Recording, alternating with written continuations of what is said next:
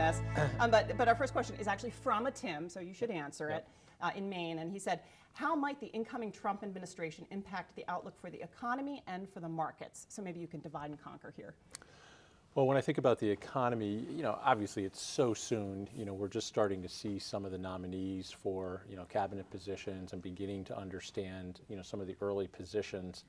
I would say most of the speculation has been around three broad themes. One would be the potential for what I would call a lighter regulatory touch, and what that impact might be both on growth as well as the markets.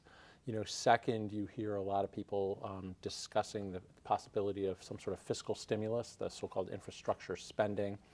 But I think the third area, which is the one that probably gets the most attention because it potentially has the greatest impact on the economy, is the possibility, and the real possibility, really from a bipartisan perspective, of corporate tax reform.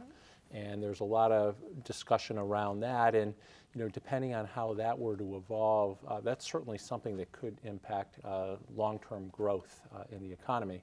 Hard to say, whether it would have any real impact in 2017, but certainly 2018, 19, and beyond. As far as the markets, I think the markets are baking in some of these assumptions. It has felt pretty good lately. And Tim, I know you've talked a lot with your colleagues about this. Yeah, Rebecca, Bill and I would both agree on this one, that it's the markets have gotten a bit ahead of themselves. In the sense, and when I say ahead of themselves, there's a lot of speculation, and we always caution people against speculation. The markets going into the election, Bill, we've talked, going in they were, well, some might argue they were fairly priced. Some would say they were expensive going into the election. Since then, you've had a run up 5-6%, a little bit more in some of the smaller cap markets. And the fundamentals of the market didn't change at all. The underlying fundamentals of these companies didn't change. Now, people are starting to speculate, what will this infrastructure spending mean? Less regulations, new small companies, new jobs, more consumption. Well, what will happen with corporate profits if they come back on shore?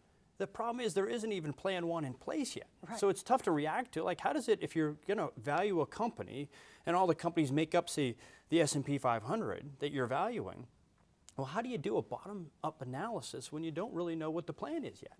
So that's where we're much more, don't react to what the market's doing right now. Often when you look at how a market's reacted from the election to the inauguration, it has nothing to do with what will happen afterwards.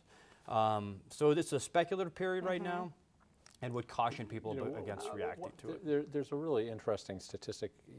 At the end of the day, we think fundamentals drive markets. Over the long run. You can certainly have other elements in the short run change things on the margin. But if you look, we've actually taken a look all the way back to 1853 and looked at stock market returns. And whether it's a Democrat or a Republican president, it's been essentially the same market returns. So whatever your political persuasion, in the long run, the fundamentals of what's going on in companies is what drives stock prices more than who's, frankly, sitting in the White House.